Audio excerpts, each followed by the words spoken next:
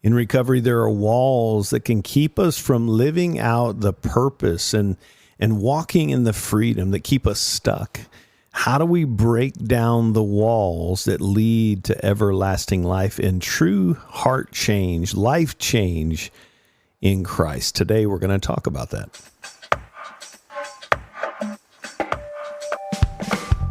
Welcome to the Celebrate Recovery Official Podcast, a podcast that shares life change stories, courage, hope, and leadership wisdom centered around the Celebrate Recovery principles from the Beatitudes in Matthew chapter 5, where Jesus is telling us how to live in happiness and blessing in spite of our circumstances as we face our hurts, our hang-ups and habits and broken relationships so that we can live out the healthy truths and healthy practices as we repair those relationships in our life.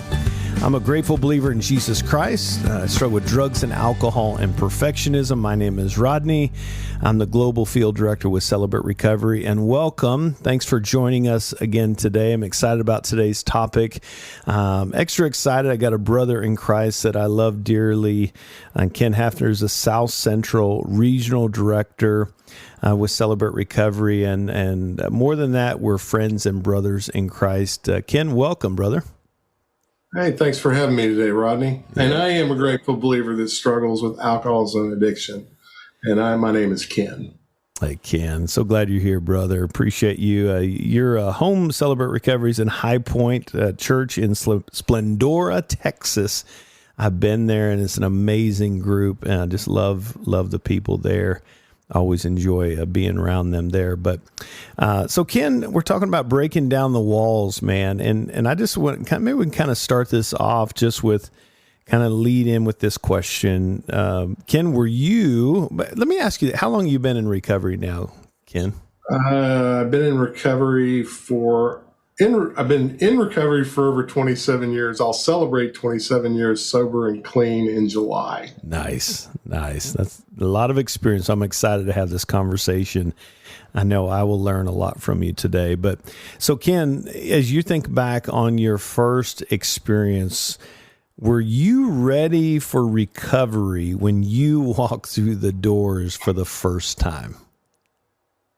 Yeah, it's a great question. So the real simple answer to that is no.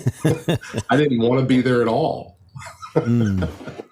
Yeah, and I guess to kind of go into more detail about that, I came in after a suicide attempt, and my life was an absolute train wreck from years and years of substance abuse and drinking and lots of other things. And we could go into that for hours and hours. But from the standpoint of walking in the door, I got out of a hospital after my suicide attempt, and really the only place that I had to go that I felt was going to help at all really was going into recovery rooms. And I had no idea what to expect. And I really wasn't prepared to be there because I wasn't prepared to do the work. I can guarantee that. And, I guess from a denial perspective, I knew I had problems, but I was so used to fixing my problems myself, managing my problems, that I was living in a state of mind that wasn't really conducive for recovery. And so the recovery meetings themselves, initially, I didn't think they would work. And because I had this way of thinking, and I'd listened. I remember my very first meeting. I remember the first meeting I went to, and I was listening to the people sharing during the group, and I thought, they have no idea what kind of problems I've got. This all sounds great, but I'm not where any of these people are. And I don't know how this is going to possibly help me. I think we're going to sing Kumbaya here in a minute. And I was hurting so bad, and I was trapped in my own way of thinking, that it was a struggle for me just sitting through that first meeting. But it was like the last place on the block for me. And that's what kept me there initially. It was the one place that I could go. Wow. So no, I mean, to answer the long version of that is no, I wasn't ready to be there. Yeah. I love your transparency there, and man, what a rough go to kind of be in that really desperate place and just looking for something in anything, but not sure what that was and if this would even work. But what kept you there, Ken? You're in the door. You're not completely ready for recovery when you walk in the door, but what kept you in that process to keep going? The first meeting that I went to, after sitting through that and being really skeptical and not open-minded in a lot of ways, but, feeling, judging that this was where I was going to be. I remember talking to one guy, and his name was Rob, and I won't, keep his anonymity, but he sat down and talked with me probably for about an hour and a half after the meeting and talked about a lot of different aspects of recovery. And it was really a pretty simple meeting, that first meeting. And I wasn't totally, I'd be much more transparent with y'all than I was with Rob on that first meeting. I just was talking about hurting and that I'd hurt people and that my life was a train wreck. But he spent that hour and a half with me kind of sitting in the mud. And if nothing else, it gave me the desire that, okay, this is a place that I can come and I'm not going to be judged. And so it felt safe in the sense of, okay, my anonymity is sort of protected. I don't know any of these people. Everybody in my life knew everything that was going on in my world. I mean, it was pretty much an open book because of the way I came in. So having somebody that I could talk to that wasn't a family member, that wasn't a person that knew all my mistakes, wasn't a person that was just already angry at me. Because he wasn't angry at me. He genuinely looked like he wanted to help me. I didn't know if he could or not, but I respected that. I found some respect in that he was willing to spend the time with me, which I don't know anybody else that wanted to spend an hour and a half with me other than a counselor. Wow.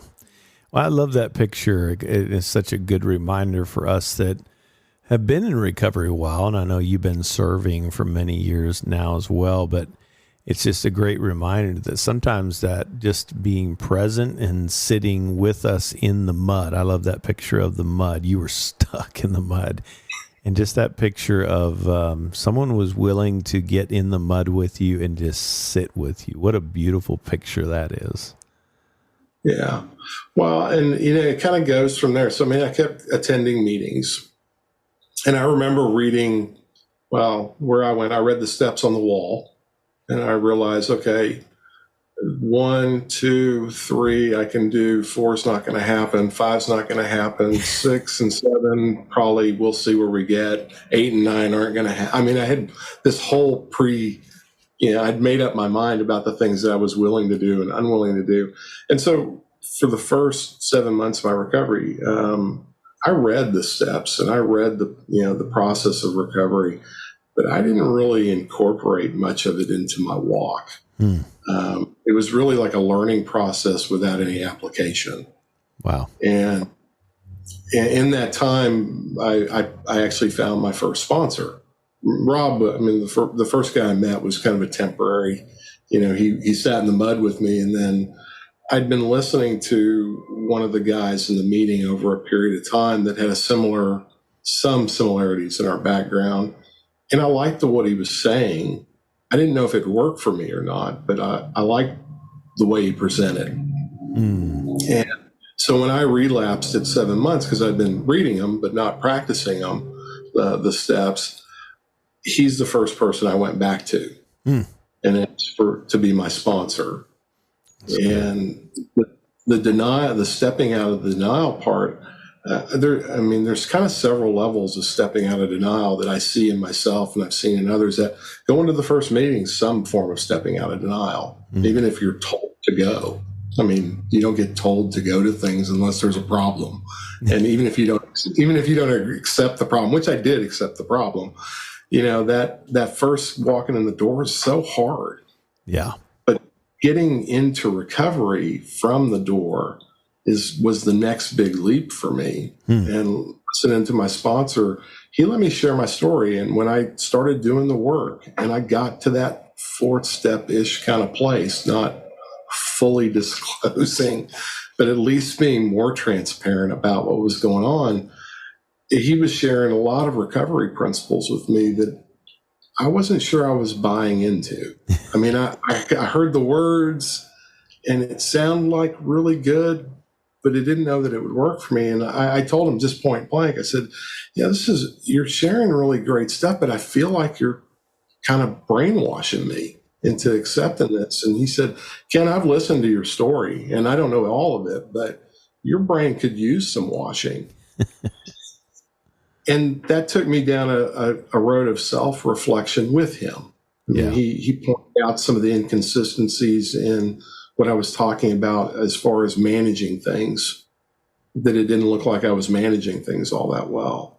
Yeah. And I really didn't have a grasp of what powerless was. And so he got me through that first step. And that really was the place where I let down some more of my guard. And so, you know, I have this kind of, I like to describe it as the educational variety of getting out of denial, which is I have to kind of be shown and sometimes just handheld through it. But yeah, and he did say one thing to me that really helped me more than just about anything, because it may have just fed into the way I think. He said, you know, if you will actually just start doing the little things, you'll start experiencing greater things, you know. And so that intellectual honesty that he made me accept was never forced on me. And so he started showing me the places where powerlessness existed in my life. And that led me to the place that I could see that maybe there was something greater than me. That's great. That I could start to rely on. And when I started relying on God, things started changing dramatically, especially because the trust between me and my sponsor started growing. The trust between me and God started growing as a result of that. And so God uses all sorts of people. At least for me, he's used all sorts of people. Rodney's one of those people, as a matter of fact, you know, that helps break down the way I think, because I was raised in a pretty dysfunctional home. I mean, I won't go into any detail about it, but being raised that way, I developed all these ways of thinking and these protection mechanisms and walls and barriers and all sorts of things that protected me as a child and as a teenager that I was using as an adult. And they were the wrong tool for the current problem. And that helped me break down my way of thinking anyway. Yeah, that's great. Well, good stuff. I want to take a quick break right here, Ken, and we'll continue that. I love that, just kind of understanding those protections. And by the way, if you're hearing kind of that sound effect, that's not special effects that we're trying to throw in. There's traffic. I know your office is right there on a road, so occasionally you'll hear some vehicles going by. It can kind of sound like a horror film sometimes, but we're not adding that for suspense or drama, I promise you. But I just want to let our listeners know. But Ken, good stuff, man. Let's take a quick break right here, and when we come back, we're going to continue with Ken Haffner, the South Central Regional Director of Celebrate Recovery, and great man. Lots of wisdom, and we'll continue this great conversation when we come back. Stick with us.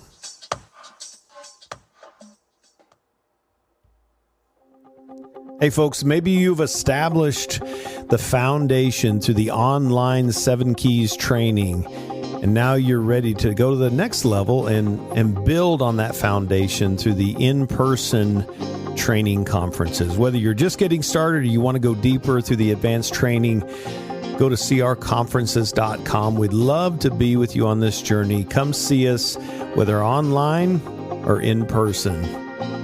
Invest in yourself and your leaders. crconferences.com. Welcome back. Talking with Ken Haffner, the South Central Regional Director of Celebrate Recovery. And Ken, right before we went to break, you were talking about those protections, you know, growing up in a dysfunctional home and those protections that we can establish and learn that can be carried over into adulthood. And it got me to thinking just about, as we're talking about breaking down these walls, sometimes we do get comfortable. Those protections become comforts, right? We get comfortable with those walls in our recovery. What's that look like in the comfort, getting comfortable with those walls for you, Ken? Well, when I think about the way I was raised and the protection mechanisms that I put in, they're really just emotional and really kind of psychological protections that I think everybody does. But on a personal level, one of the things that I found worked really well for me was to not share things with people, to not be transparent. If you're hiding something or you're struggling with something, keeping it to yourself was one of the things that I did, because I can put on a really good face even if things are falling apart around me. And had done that for years and years, but I wouldn't share that with people. And so that protection was, okay, well, I'm going to be self-reliant, which on paper looks really good. It's, self-determined, in control, measured response, be quiet, keep your mouth shut, but in the reality, it doesn't allow anybody else into your world. And what I was left with, I won't put it on a first person, what I was left with, the only thing that I could use as a tool was my own intellect. And I have come to the understanding that I am wrong a lot of the time, but that's not the way I thought initially. And so struggling through realizing that there may be a better way than what I do is one of the things that allowed me to break down that first wall. And that first wall was just saying, I've got a problem, or this is what I'm hurting about, or this is what I'm struggling with, or, kind of advanced thinking is asking someone, hey, this is what I'm thinking of doing. What do you think? Yeah, I love that. The most novel thing in my world was asking somebody else for advice. I mean, we haven't even gotten to praying yet or asking God into it. That wasn't a wall that I kind of thought he was there, but he wasn't doing a whole lot. I wasn't agnostic, but I didn't see him interacting in my world very much. And once I started praying, gosh, some of those protections disappeared because suddenly he started putting people in my life that were asking questions about, that's an interesting way to think, Ken. Yeah. Yeah. I love that. I love that. Yeah. So that self-sufficient, self-reliant, self-protectant, right? Those things that, and even that kind of, I shouldn't be thinking this, I shouldn't be doing this, I won't, that I shouldn't even talk about this because, that narrative that you talked about, that pull yourself up by the bootstraps, that's celebrated by the world. So it is a little bit upside down when you come in. It's like, wait, feels upside down to everything I've learned in the world. And that can be confusing, can't it? Yeah, I know. And for me, it kind of manifests itself. There's a few catchphrases that when I find myself saying them, I realize that I may be going in the wrong track. And one of those just catchphrases is, I know. Oh yeah, I know. I know. I know. I know. And because it's a statement that says, okay, I'm not asking for your advice. I'm not asking for your input. And that keeps me in that I know keeps me from hearing other points of view. It keeps me from hearing another way of doing things. And it actually puts a stop sign in front of people's face. It says, that's great. I'm not allowing you into this area. Yeah. Yeah. And if you already know, why did you come to me, looking to have a conversation? It's like, why are you wasting my time? It's really, for me, it was very pervasive because when you know everything, which I didn't, but I thought I did, when you know everything, it's a barrier to getting any new information in. And for recovery, gosh, recovery is all about new information. Yeah. It's about seeing, stepping out of denial for me was, okay, I'm going to take off the glasses that I wear to look at the world, and I'm going to try and see them through initially a recovery lens, but ultimately through what God's vision is for me. Yeah. What God's vision is for my recovery.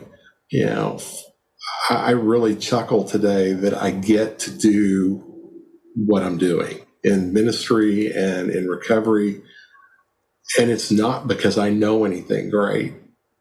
It's because God knows me. And he's allowed me to be a part of other people's lives. And I don't know. I get to know. I get to learn more. I get to see more revealed in myself and in others. And, even today, there are concepts that I have in my head that I think are right. And periodically, someone will bring some to my attention. And it's like, I have never considered that direction on it. Yeah. And that revelation in itself they're kind of fun. They're a little scary. I mean, like early recovery is real scary. New revelations about wrong thinking is another one that breaks down walls. It required me to start looking at things almost 90 degrees, 180 degrees out from what I looked at before. And it's opened up so many more doors that when you're only focused on the one direction, which is what Ken thinks, I can't see all those other ones. Yeah. My tunnel vision is focused towards the way I want to do it. And I don't like living in denial today. I'm not saying I love revelation, but I don't like living in denial today. Yeah. Yeah. No, nobody likes revelation, especially if it brings pain, right? I mean, we've said this before, but reality is what is, and pain is what happens when we bump into reality. It's like, oh, okay, I didn't know that was there. That's a revelation that kind of stings a little bit. So Ken, what did it look like for you, man, when you're just talking about those walls? You got walls up, you're picking out the steps that you will do, you won't do, and you start to kind of maybe embrace this process. What did the process of breaking down those walls look like? What were some of the fruit that you saw as you began to walk through this with a different mindset? I've experienced so many different miracles in my recovery walk that they started almost immediately. Say almost. I didn't even recognize some of them when they were initially happening. But really, when I got to the fourth step of recovery, well, actually the third step, when I recommitted my life to Christ, was where I think where the door opened enough for me to walk through it. But once I got to that place and I decided that I was willing to do the fourth step with my sponsor, almost immediately, some of the things that I had been hurting over for 20 years didn't hurt as much. It's not that they didn't change in any other way than I shared it with another person openly. And so there was some relief that came that I had prevented from coming just by not sharing. And so the first miracle was the revelation of, okay, I'm not supposed to do this alone. Okay, I still didn't want to do it together, but I'm not supposed to do it alone. And then I never received any condemnation from the people I was working with. I had questions, and there were hard questions, but I was never condemned for it. And so I stopped seeing myself as being worthless. Well, I think that's common for a lot of people that walk in the doors. But for me, that I didn't hate the person I was looking at in the mirror anymore. And I kind of recognized the reality of what I'd done, but I didn't hate me anymore. And the real miracles started happening as I got into those upper 8s and 9s. There were just so many blessings from the Beatitudes. And, probably one of the big ones for me was when I first got into recovery, I had this lifestyle I was living before recovery, and it was drinking and partying and doing all the things that, that so many people probably can relate to, that I thought, if I stop all those, how am I going to have any fun? How am I going to have any joy? I thought that was joyful. And I realized I've had more fun in recovery than I ever did when I was in my addiction. Yeah, exactly. If there's no other great miracle than realizing that what I do today is I remember it all. I don't regret most of it. Most of it. Yeah.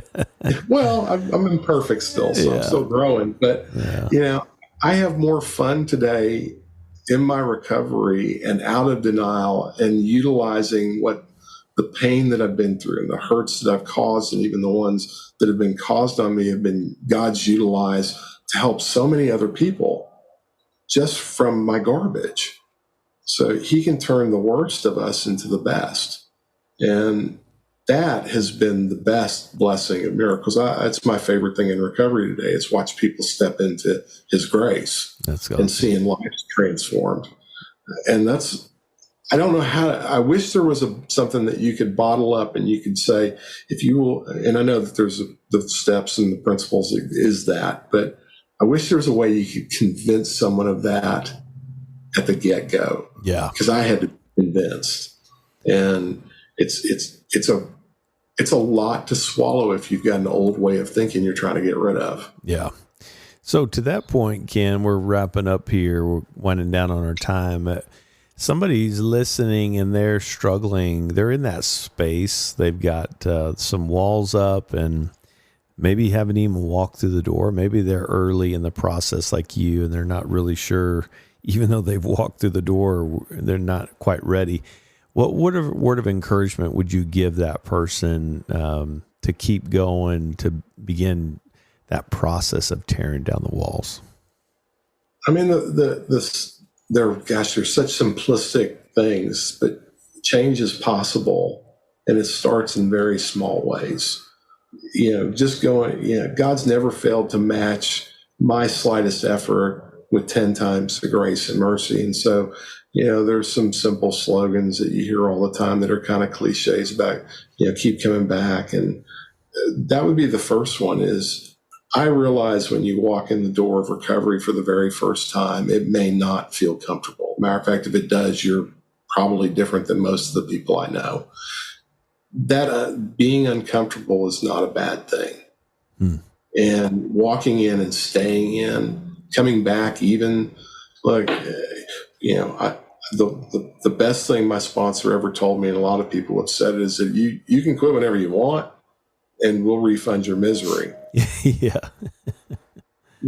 It's a free program. You don't have to do it, but if you will keep at it, even if it feels uncomfortable, you'll be amazed at what transformations are possible just from being obedient and attending.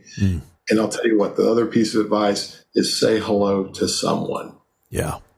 Meet at least one other person that can sit in the mud with you. I love that. That's good stuff, man. Well, Ken, this time zipped by, man, but I appreciate your wisdom. Thanks for sharing your heart. I think you gave all of us, including myself and our listeners, a lot to chew on and apply to our life and our recovery. I'm grateful for you, brother. Appreciate all you do and who you are. Thanks for having me, Rodney. I love you, my friend. Yeah, I love you too. So just want to say thank you to all of you for joining us today. We're so grateful. Thanks for helping us spread the word, giving us a 5-star rating and sharing this just so we can reach more people. That makes a difference. But if you're listening right now and you're struggling, and maybe you can relate and some of what Ken is sharing resonates with your heart, you want to start that process of breaking down those walls, can I just encourage you just to take the first step. Don't think about the second, the third, the fourth. Just take the first step. Get there and trust God's going to do something. We'd love for you to join us. If you'd like to find a group near you, go to celebraterecovery.com/CR groups and find a group near you. Hey, thanks for joining us. We hope you'll join us next time. Until then, God bless.